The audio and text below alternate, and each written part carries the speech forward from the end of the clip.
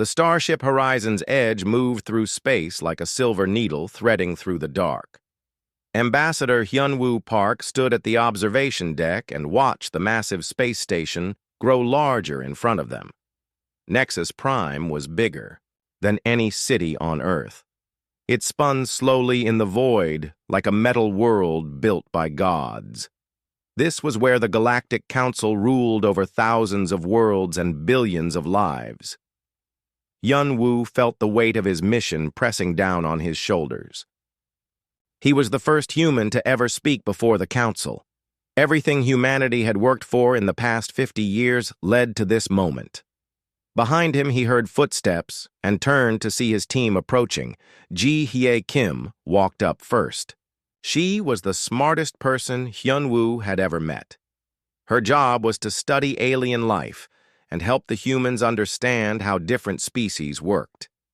She carried a tablet full of data about every council member. Next came Tae-min Lee. He was tall and strong, and his job was to keep everyone safe. His hand never moved far from his weapon.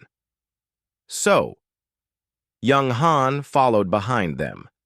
She could speak 12 alien languages and had spent years learning how to talk to different species without making them angry. Last was Dong-hwan Choi. He was older than the rest and had advised Earth's leaders for 20 years. The docking request has been approved, So Young said. We will arrive at Bay 94 in 1 hour. Hyunwoo nodded. Remember what we practiced. We are here to make friends. We want to show them that humans can be trusted. We have gifts from Earth and we want to share our knowledge. Tae-min crossed his arms. And if they do not want to be friends? Then we find another way, Hyunwoo said. War is not an option. Earth cannot fight the entire galaxy. The ship shook slightly as it entered the station's docking system. Through the windows, they could see other ships from across the galaxy. Some looked like metal fish with fins that glowed blue. Others were shaped like crystals that seemed to sing as they moved. A few were so strange that the humans could not guess how they worked at all. When the airlock opened, the humans got their first smell of alien air. It was clean but had a metallic taste. The gravity felt slightly heavier than Earth normal. Security robots guided them through long corridors filled with beings from dozens of worlds. Most ignored the humans, but some stopped to stare. A few made sounds that So Young said were probably insults. The council chamber was enormous. The ceiling stretched up so high it disappeared in shadows. 12 platforms surrounded a central speaking area. Each platform held representatives from one of the major galactic powers. The humans were led to a small area near the floor, where they had to look up at everyone else. The Vorthak Empire held the largest platform. Their representatives looked like living crystal formations that pulsed with red light. They had conquered more worlds than any other species, and their military was feared across the galaxy. The Melody Collective existed as clouds of gas held together by energy fields. They controlled most of the galaxy's technology and considered themselves the smartest beings alive. The Hive Queen Dominion sent insect-like creatures that moved as one mind. They were always trying to expand their territory. A voice boomed through the chamber in perfect human English. The Council recognizes the representatives of the species called humans from the world called Earth. Hyunwoo stepped forward. His heart was beating fast, but his voice stayed calm. Honored members of the Galactic Council, I am Ambassador Hyunwoo Park. I speak for all humans and for our world Earth.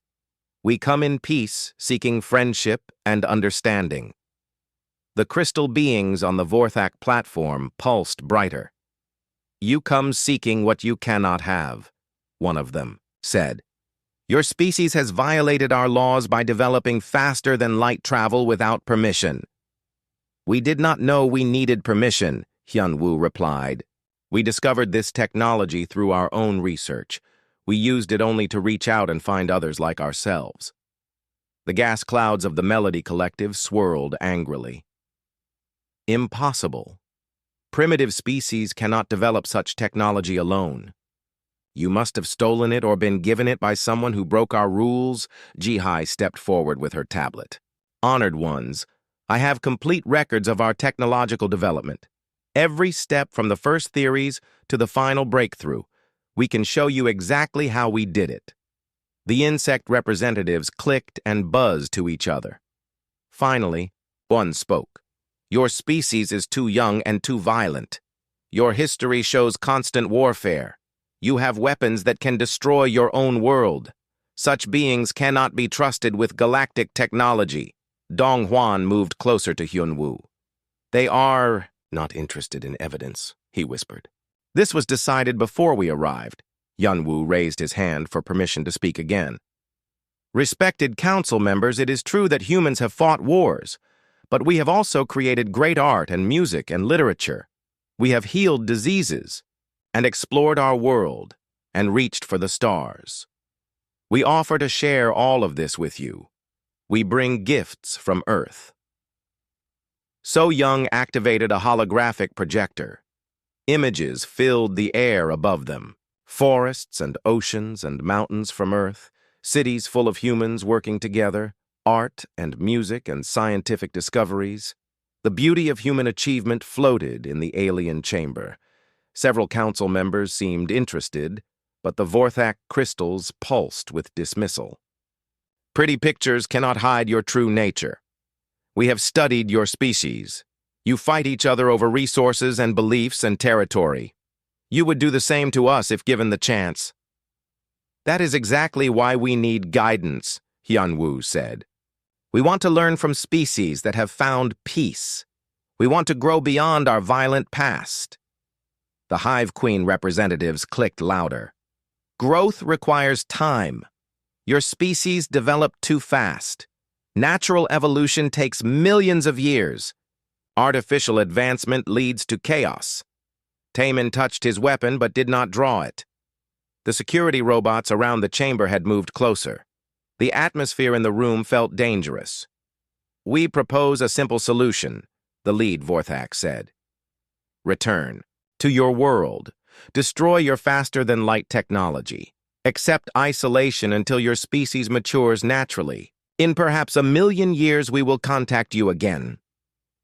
That is not acceptable, Hyunwoo said firmly. Humanity has the right to explore and learn and grow. We will not be prisoners on our own world.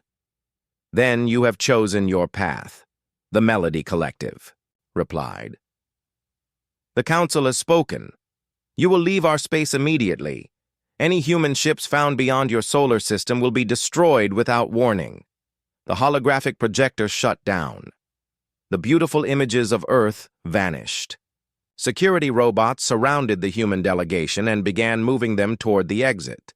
As they walked away, Hyunwoo heard the council members talking among themselves in their own languages. So Young listened carefully, and her face grew pale. What are they saying? Donghuan asked. They are discussing whether to eliminate the human threat permanently, she whispered. Some want to destroy Earth before we become too dangerous. The walk back to their ship felt like the longest journey of their lives.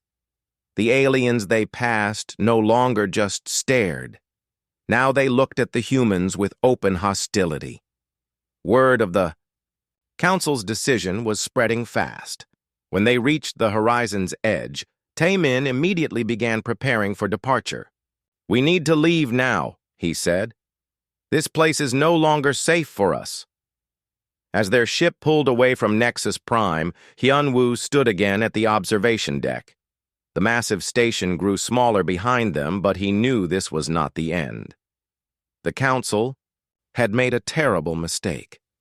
They had judged humanity without understanding what they were really dealing with. The journey back to Earth would take 3 weeks. 3 weeks to prepare for what was coming next.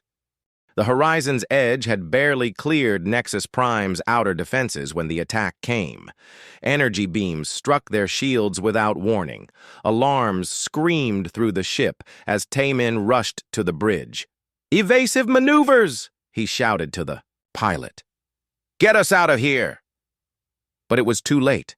A tractor beam locked onto their ship and pulled them back toward the station. Through the view screen, they could see Vorthak warships surrounding them. Their crystal hulls glowed with weapon energy.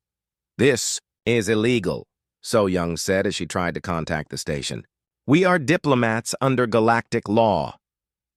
The reply came back cold and mechanical. "You are criminals who have violated the primitive species protocol. Prepare to be boarded." Security robots flooded onto the horizon's edge. They moved through the corridors, like metal spiders seeking prey. Taemin drew his weapon, but Hyun-woo stopped him. "No," the ambassador said. "We will not give them an excuse to kill us all." The robots surrounded Hyun-woo and placed energy restraints on his hands. "Ambassador Hyun-woo Park, you are under arrest for crimes against galactic security," the lead robot announced. "What crimes?" Ji-hai demanded. "We have done nothing wrong. Species contamination, technology theft, conspiracy to destabilize galactic..." "Order," the robot listed. "The evidence will be presented at trial." They dragged Hyun-woo away while his team could only watch. The last thing he saw was their faces filled with anger and fear. The robots took him to a prison cell deep inside Nexus Prime. The walls were made of some kind of energy field that hummed constantly. There was nowhere to sit except the floor. Hours passed before anyone came to see him. When the door finally opened, a Melody Collective representative floated in. The gas cloud shaped itself into something that might have been a face. "You could have avoided this," it said. "Your species was offered a chance to return home peacefully." "We committed no crimes," Hyun-woo replied. "We developed our own technology, through our own research." "Impossible," the Melody said. "We have monitored your world for centuries. Your species showed no signs of such capability." "Then you were not watching carefully enough." The gas cloud swirled angrily. "Your arrogance will be your destruction. The trial begins tomorrow. The outcome is already decided." When the Melody left, Hyun-woo was alone again. He thought about his family back on Earth. His sister Yeon-ju worked for Earth Intelligence. She would know what happened here. He thought about his team trapped somewhere else in the station. Most of all, he thought about the billions of humans who trusted him to keep them safe. Meanwhile, on Earth, the news was spreading fast. President Miran Yoon called an emergency meeting of the World Council. In the secure briefing room, she looked at the faces of Earth's leaders. General Woo Jin-nam sat at the table with files marked Top Secret. Dr. Haewon Jung was connected by video link from her research facility. "The situation is worse than we feared," the president said. "Our diplomatic mission has failed. Ambassador Park has been arrested and his team is being held. The Galactic Council considers us a threat." "What are the charges?" asked the Secretary of Defense. "Technology theft and conspiracy," General Nam replied. "They claim we could not have developed FTL travel on our own," Dr. Jung spoke from the screen. "That is ridiculous. I led the research team myself." "Every breakthrough is documented." "Documentation means nothing to them," the president said. "They have already decided we are guilty." General Nam opened his files. "Madam President, I request permission to activate the Prometheus protocols." The room went silent. Everyone knew what that meant. For 20 years, Earth had been preparing for this day. While they sent peaceful exploration ships to make contact, they had also been building something else. Something the aliens would never expect. "Not yet," President Yoon said. "We wait for the trial. Maybe there is still hope for diplomacy." Back on Nexus Prime, the trial began the next day. The council chamber was packed with representatives from hundreds of worlds. They all wanted to see the humans punished. Hyun-woo was brought in wearing prison clothes and energy restraints. His team sat in a special section where they could watch but not speak. The lead prosecutor was a Vorthak crystal, being that pulsed with red authority. "Members of the council," it began. "Today we judge a species that threatens everything we have built. For 1,000,000 years we have maintained order in this galaxy. We have kept primitive species from destroying themselves and others. The humans have broken our most sacred laws. Hyun-woo was given a chance to speak, but no lawyer to help him. Honored council members, humans developed faster than light travel through hard work and scientific research. We have detailed records of every step. We offer to share this knowledge freely with all species. Lies, the prosecutor said. No primitive species can achieve such advancement alone. You must have received help from rogue elements within our own species. This makes you criminals and them traitors. Where is your proof? Hyun-woo asked. The proof is the impossibility of your claim, the prosecutor replied. We have studied thousands of worlds. Natural technological development follows predictable patterns. Your species violated these patterns. Therefore, you cheated. The trial continued for 3 days. Hyun-woo was not allowed to call witnesses or present evidence. Ji-hai tried to show the council their research data, but was told it was irrelevant.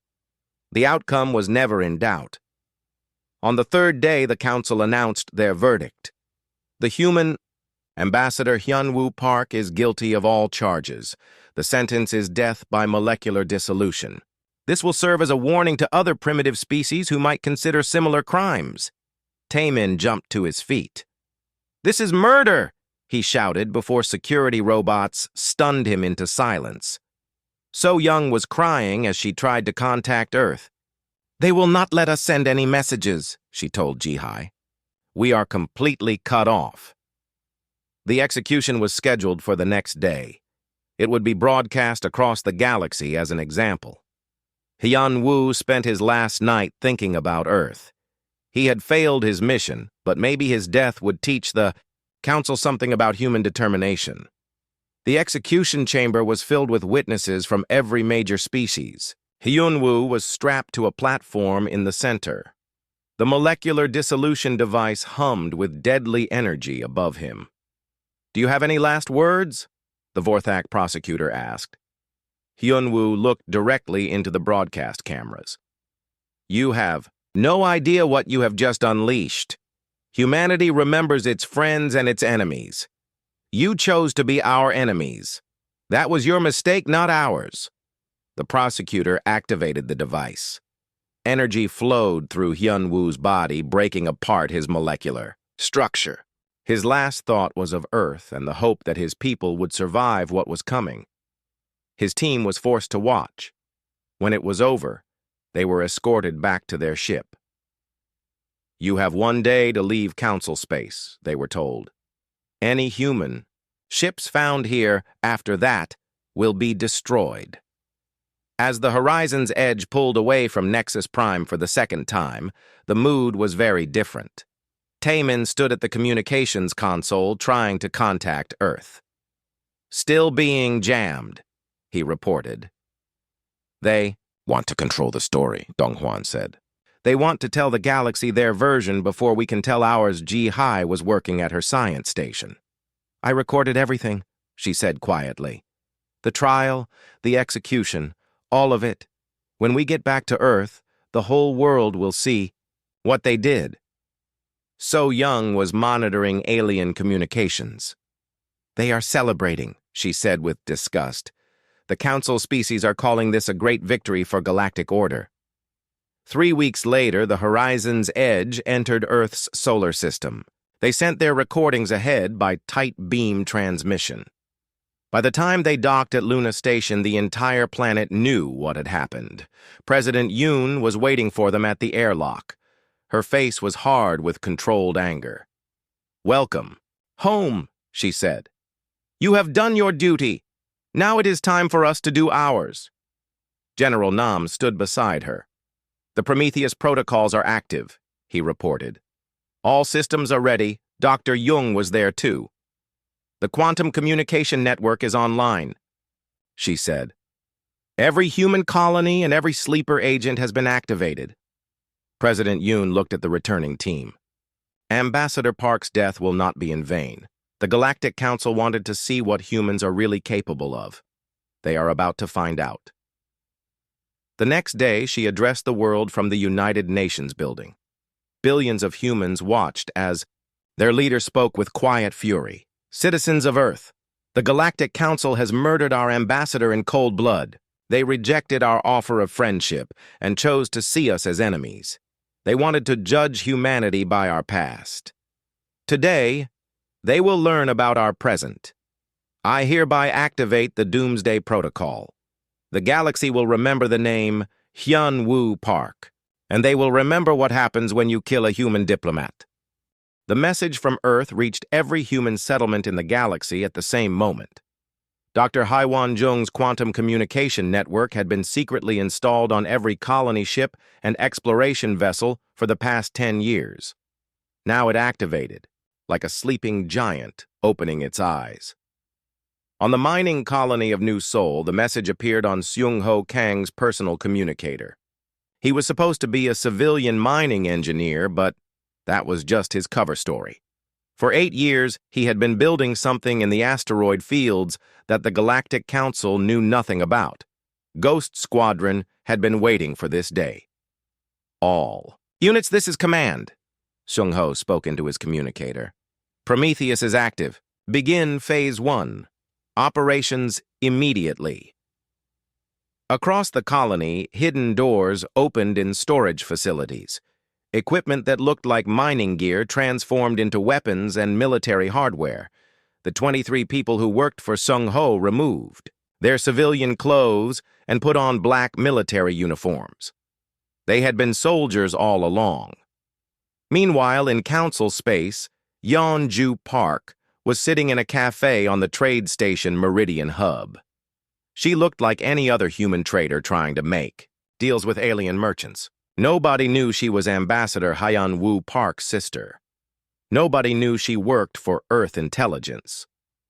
The quantum message reached her through an implant hidden behind her ear. Her brother was dead, murdered by the aliens she had been studying for 5 years. Yeonju felt rage building inside her chest, but her face showed nothing. She had work to do. The Council's computer networks were about to learn what a human cyber warfare specialist could accomplish. On Earth, General Woo Jin Nam stood in the command center, buried deep under the Rocky Mountains. Banks of screens showed the positions of every known Council military base and supply depot. For 20 years, Earth's exploration ships had been mapping the galaxy's strategic infrastructure. Now that information would be put to use. "Status report," the general called out. "Ghost Squadron is active and moving to position," reported Colonel Min-ho Cha from his tactical station. "Sleeper agents across the galaxy have confirmed receipt of orders. Network infiltration teams are beginning their attacks," added Major Yoojin Ryu from the cyber warfare section. "Phase 1 targets are all marked." Dr. Jung appeared on the main screen from her laboratory. "Quantum entanglement communications are stable across all nodes. The Council cannot intercept or block our signals." General Nam nodded. "Begin operation." Starfall. The first targets were chosen carefully. Council supply convoys carrying military equipment to frontier worlds. Remote listening posts that monitored primitive species. Automated defense platforms guarding empty space. Nothing that would cause massive loss of life, but everything that would send a clear message. Ghost Squadron struck first. Seung-ho's ships had been disguised as asteroid mining vessels, but they were actually fast attack craft with advanced weapons. They dropped out of hyperspace around a Council supply convoy and opened fire before the aliens could react. The convoy's escort ships were Vorthak crystals that pulsed with confusion. "Unknown vessels, you are in violation of galactic law," they transmitted. "Identify yourselves immediately." "We are the ghosts of your victims," Seung-ho replied. "Today you pay for Ambassador Hyun-Woo Park." The human ships moved like nothing the aliens had ever seen. They used tactics that made no sense to species that had fought the same way for thousands of years. Instead of forming battle lines and trading fire, the humans darted in and out using hit-and-run attacks. They targeted engines and communication systems instead of trying to destroy enemy ships completely. Within minutes, the convoy was helpless. The human ships vanished back into hyperspace before Council reinforcements could arrive. They left behind a message beacon broadcasting Hyunwoo's execution video to anyone who cared to watch. Similar attacks happened across the galaxy. Small human forces struck dozens of targets simultaneously. Each attack was perfectly coordinated thanks to the quantum communication network. The Council's response was slow and confused because they had never faced an enemy that could coordinate across such vast distances in real time. Meanwhile, Yeonju was waging a different kind of war. From her position on Meridian Hub, she had access to the main Council communication networks. Her computer skills had been honed by Earth's best intelligence training. Now, she used them to plant viruses and backdoors throughout the galaxy's information systems. The first sign of trouble came when Vorthak Military Communications started broadcasting human music instead of tactical updates. Then, Melody Collective. Research data began showing images of Earth's forests and oceans. Finally, the Hive Queen's coordination network started playing Hyunwoo's final speech on repeat. Council technicians tried to stop the intrusions, but the human cyber attacks were too sophisticated. Every time they closed one hole, Yeonju opened 3 more. She had spent 5 years learning how alien computer systems worked. Now she used that knowledge to turn their own technology against them. On Nexus Prime, emergency meetings were called as reports of human attacks flooded in. The council chambers that had been so confident during Hyunwoo's trial were now filled with panic and confusion. "This is impossible," the lead Vorthak representative pulsed with agitation. "Primitive species cannot coordinate such complex operations." "These attacks show advanced tactical thinking," admitted a Melody Collective spokesperson. "Perhaps we underestimated human capabilities." The Hive Queen's representative clicked angrily. "They are insects buzzing around our defenses. Send the full fleet to crush their homeworld." "We tried," another council member replied. 3 battle groups were dispatched to human space. All communications with them have been lost. What the council did not know was that Earth's home defenses were far more advanced than anyone suspected. The peaceful space stations orbiting Earth's moon were actually weapon platforms. The asteroid mining operations in the belt were cover for military shipyards. Even the satellites monitoring Earth's weather were equipped with defensive systems. When the first Council attack fleet arrived at Earth's solar system, they found themselves facing an enemy that was ready for them. Hidden bases throughout the asteroid belt opened fire with weapons that should not have existed on a primitive world. Automated defense networks that had been building for decades activated all at once. Captain Bo Young Shin commanded the defense from Luna Station. She watched the alien ships on her tactical display and smiled grimly. "Welcome to our home," she transmitted to the attacking fleet. "You killed our ambassador. Now see what happens when you threaten our families." The council ships fought bravely, but they were outnumbered and outgunned. Worse, they were fighting an enemy that knew every asteroid and moon in the system. Human forces used the terrain like Earth generals had used mountains and rivers in ancient wars. The surviving alien ships retreated in disorder. Their reports back to the Council were confused and contradictory. How could a primitive species have such advanced defenses? Where had all these weapons come from? The answer was simple, but the Council refused to believe it. Humans had been preparing for this war since the day they first detected alien radio signals. While they sent peaceful messages to the stars, they also built the tools to defend themselves. They had learned from their own history that good intentions were not enough to guarantee survival. As news of Earth's victories spread through the galaxy, other species began to take notice. Many worlds had their own grievances against the Council. The Zilani people had been conquered 3 centuries ago and forced to serve as workers for Vorthak mining operations. The Korbani had been denied advanced technology because the Melody Collective wanted to maintain their monopoly. The Threks had been partially enslaved by the Hive Queen Dominion. These species had never dared to rebel because the Council seemed too powerful. But now they were seeing humans fight back and win. If primitive humans could challenge the council, maybe others could too. Secret messages began flowing between oppressed worlds. Underground resistance movements that had hidden for generations started making contact with each other. Earth's quantum communication network was expanded to include these new allies. Dr. Jung coordinated this expansion from her hidden laboratory. "We are not just fighting for humanity," she told President Yoon during one of their secure conversations. "We are fighting for every species the Council has bullied and oppressed." "Good," the President replied. "The bigger this gets, the harder. It will be for them to stop. How many worlds are ready to join us?" 47 species have made contact, Dr. Young reported. 18 are ready to begin active resistance. The rest are waiting to see what happens next.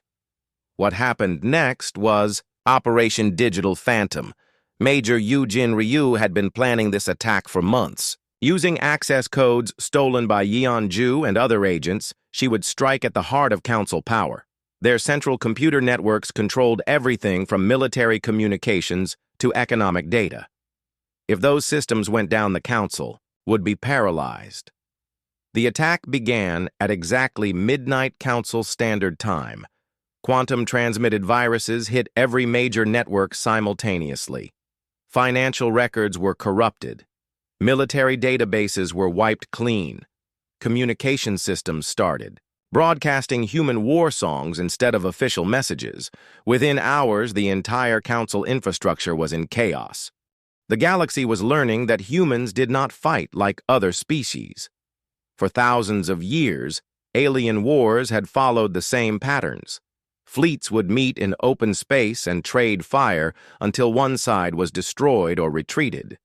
Honor codes and ancient traditions governed how battles were fought. The humans ignored all of these rules. Captain Jae-sung Oh commanded a strike force that appeared to be 3 human cargo ships. Council scouts had tracked them for days, assuming they were civilian vessels trying to escape the war zone. The aliens had no idea they were looking at Earth's most advanced warships disguised as merchant freighters. The target was a Melody Collective Research Station studying primitive species. The station orbited a gas giant in an isolated system far from any major shipping lanes. It should have been perfectly safe from human attack. The Council had assumed correctly that humans could not spare ships for raids on remote targets. They had assumed incorrectly about how many ships humans actually had. "Target confirmed," Oh reported to his tactical officer. "Begin approach. Remember, we are scared civilian refugees fleeing human space." The human ships sent distress signals as they approached the station. They claimed engine failures and requested emergency assistance. The Melody researchers responded exactly as humans had predicted. Aliens who believed themselves to be vastly superior to primitive species could not resist the chance to study. "Humans up close. Unknown vessels, this is Research Station Prima," came the transmission. "You are in restricted space, but we will provide humanitarian assistance." The 3 cargo ships docked with the station's civilian section. 48 humans disembarked wearing refugee clothing and carrying what looked like personal belongings.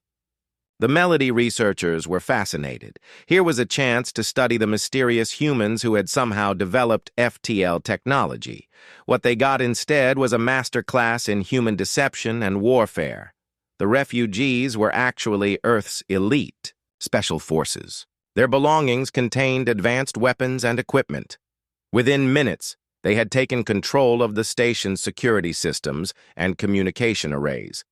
The Melody researchers found themselves prisoners without understanding how it had happened.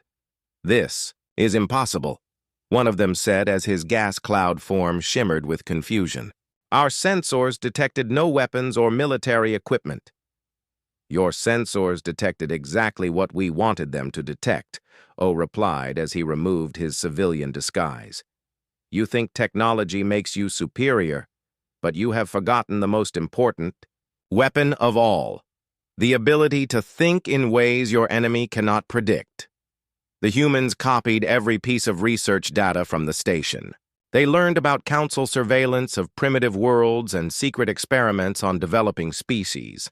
Then they destroyed the station's main computers and disappeared back into space before any help could arrive.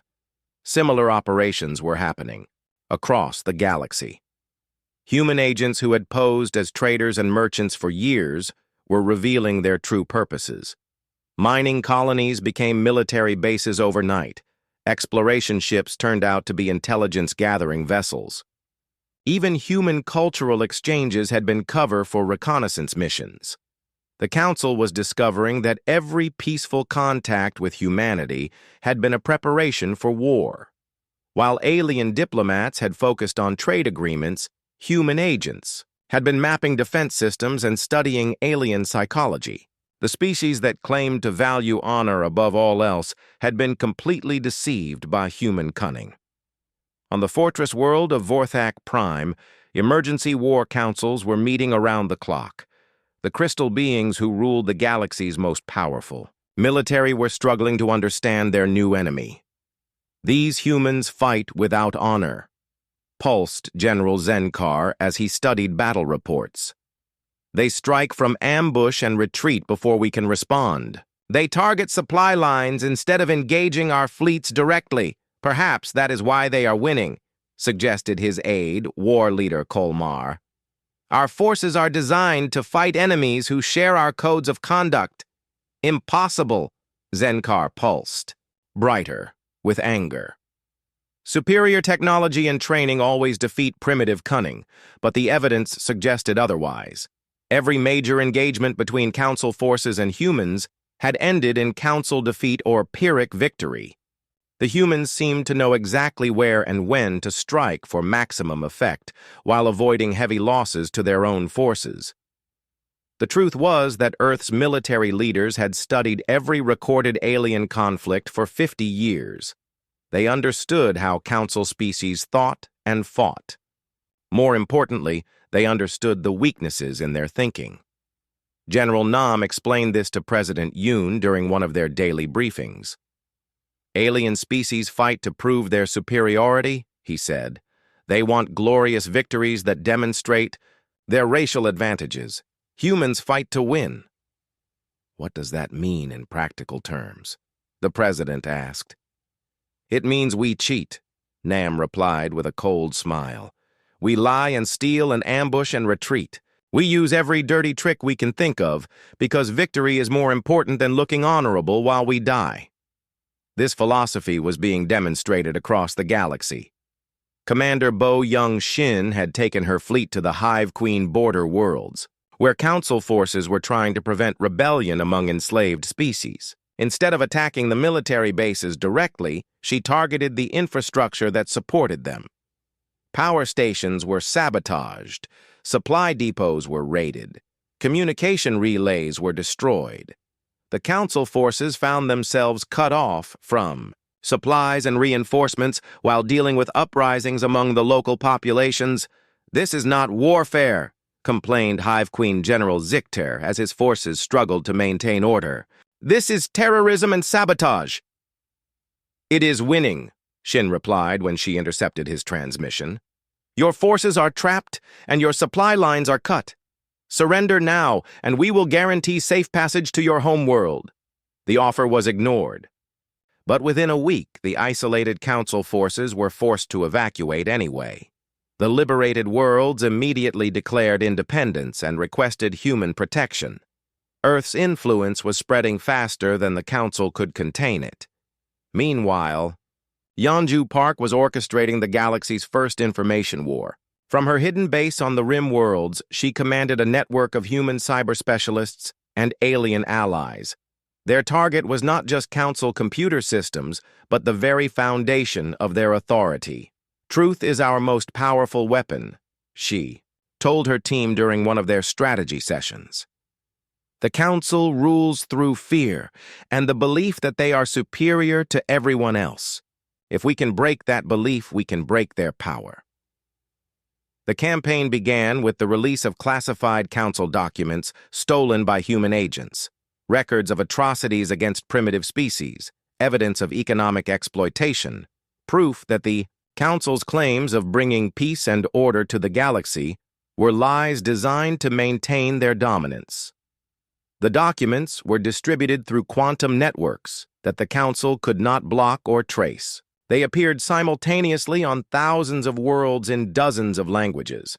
Local resistance movements added their own evidence of Council oppression. The psychological impact was devastating. Species that had accepted Council rule for centuries began questioning everything they had been told. Young aliens who had never known freedom started organizing protests and resistance cells. Even some Council member species began experiencing internal dissent. Dr. Young monitored these developments from her laboratory on Earth. "The rebellion is becoming self-sustaining," she reported to President Yoon. "We no longer need to initiate most resistance activities. Local populations are doing it themselves." "How long before the Council collapses completely?" the President asked. "Hard to say," Young replied. "Their military is still formidable, and they control most of the galaxy's industrial base. But their authority is cracking. Once enough species stop obeying them, their power will collapse very quickly." The tipping point came when the Zilani people declared open rebellion against their Vorthak overlords. For 3 centuries they had served as forced laborers in crystal mines. Now they rose up with weapons supplied by human agents and tactics taught by human advisors. The Zilani homeworld became a symbol of resistance across the galaxy. Other enslaved species began similar uprisings. The Council's response was brutal, but that only created more recruits for the growing alliance of free worlds. Commander Changmin's son led the mission to break the Council's most secure prison. Deep Space Facility Omega held political prisoners from dozens of worlds, including resistance leaders who had been captured in earlier rebellions. The station was surrounded by automated defenses and guarded by elite Council forces. "This is suicide," his tactical officer warned as they approached the prison. "The defenses are too strong." "The defenses are designed to stop conventional attacks," Sun replied. "Good thing we never do anything conventionally." The human plan was typically devious. Instead of attacking the station directly, they created a fake emergency in a nearby system. Council naval forces rushed to respond, leaving the prison more lightly defended. Meanwhile, human cyber specialists disabled the automated systems by convincing them that the attacking fleet was actually a scheduled supply convoy. The liberated prisoners included some of the galaxy's most effective resistance leaders. They carried with them intelligence about Council operations and secret lists of sympathizers within the member species. The end came faster than anyone expected. One day, the Galactic Council controlled thousands of worlds, and the next day, their empire was cracking apart like broken glass. The rebellion that had started with Hyun Woo's execution had become an unstoppable force sweeping across the galaxy. On Nexus Prime, the Council chambers where humans had once begged for acceptance were now scenes of chaos and panic. Representatives from member species shouted accusations at each other while emergency reports flooded in from across their territory. "The Zilani have captured the main crystal mines on Vorthak 7, reported a military aide. "The Threx fleet has joined the human alliance. 15 more worlds have declared independence in the past hour." The Vorthak representative pulsed with desperate fury. "Send the reserve fleets. Crush these rebellions before they spread further." "What reserve fleets?" the Melody Collective replied with bitter sarcasm. "Half our ships have been destroyed or captured. The other half are trapped defending our core worlds." The Hive Queen's spokesperson clicked angrily. "This is all your fault. You insisted on executing the human ambassador. You said it would terrify primitive species into submission." "It was the correct decision," the Vorthak insisted. "No one could have predicted this outcome, but someone had predicted it." Deep in Earth's intelligence archives were psychological profiles of every Council species compiled over decades of secret observation. Human analysts had correctly predicted that the Council's arrogance would blind them to the threat they were creating. President Yeonju Park stood at the podium of the newly formed Liberation Alliance. She had been elected Secretary General by representatives from 300 worlds that had thrown off council rule. The ceremony was taking place on the former prison station where her brother's death had been avenged by Commander Chang Min-sun's daring rescue mission. "Citizens of the galaxy," she began, "today we declare that the age of oppression is over. No longer will ancient powers decide the fate of younger species. No longer will technology and military might determine who has the right to freedom." The audience included beings from dozens of species. Former slaves stood beside their liberators. Scientists who had been denied access to knowledge sat next to the researchers who had freed them. For the first time in galactic history, a truly democratic government was being formed. General Wu Jin Nam commanded the combined Liberation Fleet as it approached Nexus Prime. The massive space station that had once symbolized council power was now defended by a ragtag collection of ships from member species that were slowly abandoning their former masters. "This is General Nam of the Liberation Alliance," he transmitted to the station. "You are surrounded and outnumbered. Surrender now, and we guarantee fair treatment for all personnel." The response came from the Vorthak military commander. "We will never surrender to primitive species and their terrorist allies." "Then you have chosen the hard way," Nam replied sadly. The battle for Nexus Prime lasted 3 days.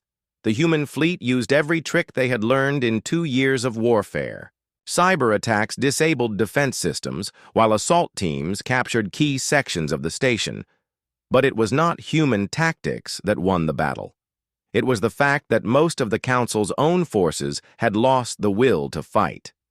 Young Vorthak, soldiers surrendered rather than die for leaders who had lied to them about human primitiveness. Melody Collective scientists opened airlocks to allow human troops inside rather than see their research destroyed.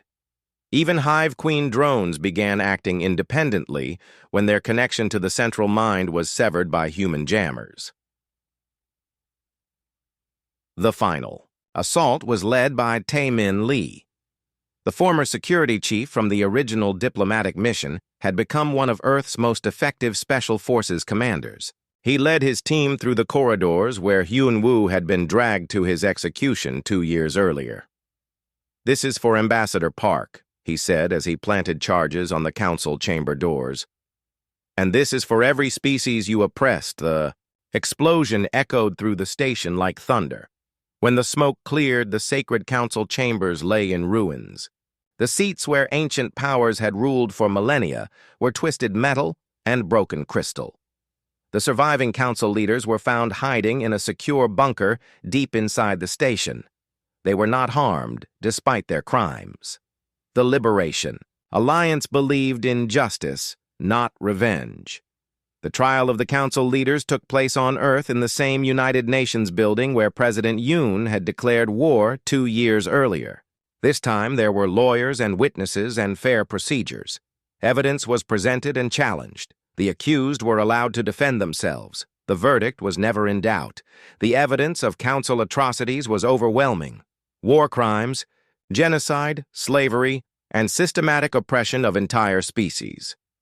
The judges were from dozens of different worlds, including several former council member species. "You stand accused of crimes against the galaxy itself," the chief judge announced. "How do you plead?" The former Vorthak leader pulsed defiantly. "We maintained order for 1,000 years. Without us, chaos would have consumed everything. Order built on oppression is not order," the judge replied. "It is tyranny with a pleasant name." The sentences were exile rather than execution. The former council leaders would spend their remaining lives on a remote world with no technology beyond basic survival equipment. They would have time to think about the consequences of their actions. Meanwhile, across the galaxy, the work of building a new order was beginning. The Democratic Galactic Assembly held its first session in a purpose-built facility orbiting a neutral star. Every species had equal representation regardless of their technology level or military power. Secretary General Yeon-ju Park addressed the assembly on opening day. "We gather not as conquerors but as partners in building something better." The old ways divided us into masters and slaves, advanced and primitive, worthy and unworthy. The new ways recognize that every species has value and every world has rights. The challenges were enormous. Thousands of worlds needed rebuilding after years of oppression and warfare. Economic systems had to be restructured to benefit everyone instead of just the powerful. Most difficult of all different species had to learn to work together as equals. Dr. Hai-Wan Jung led the technology sharing initiative. For the first time in galactic history, advanced knowledge was freely distributed to any species that wanted it. The Melody Collective's hoarded research was open to all. Vorthak military technology was converted to peaceful purposes. Even Hive Queen biotechnology was adapted to help worlds that had been damaged by war. Knowledge belongs to everyone, Jung explained to the assembly. Progress comes from cooperation, not competition. The economic reconstruction was managed by Minister Dong-Hwan Choi. The old advisor from the original diplomatic mission had become one of the galaxy's leading experts on interspecies trade. Under his guidance, new trade networks were established based on mutual benefit rather than exploitation. Every world has something to offer, he told the Trade Council. The secret is finding ways for different species to help each other instead of competing for dominance.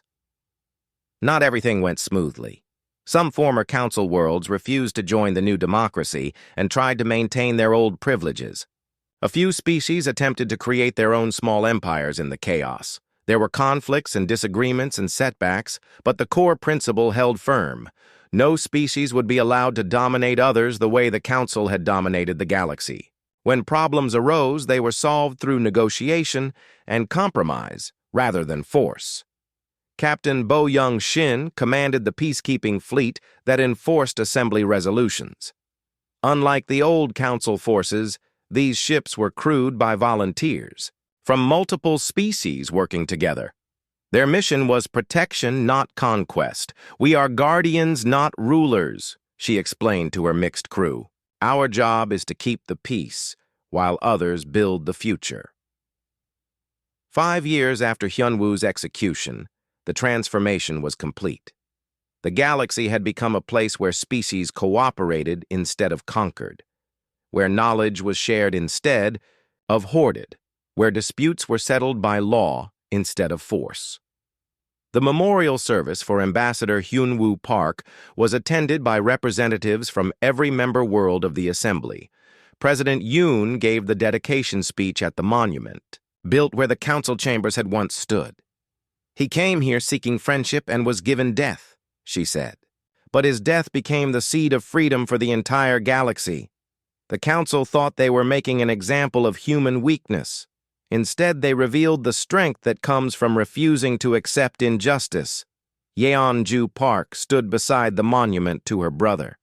The inscription was written in dozens of languages, but the message was the same in all of them. "He died so that others might live free." Commander Chang Min's son approached her after the ceremony. "Do you think he would be proud of what we have built?" "I think he would be amazed," she replied. "He came here hoping to make friends with a few alien species. Instead, he started a revolution that freed the entire galaxy." The monument overlooked the new assembly chambers where representatives from 800 worlds were debating the latest proposals for galactic improvement. The arguing was loud and chaotic and sometimes frustrating, but it was the sound of freedom,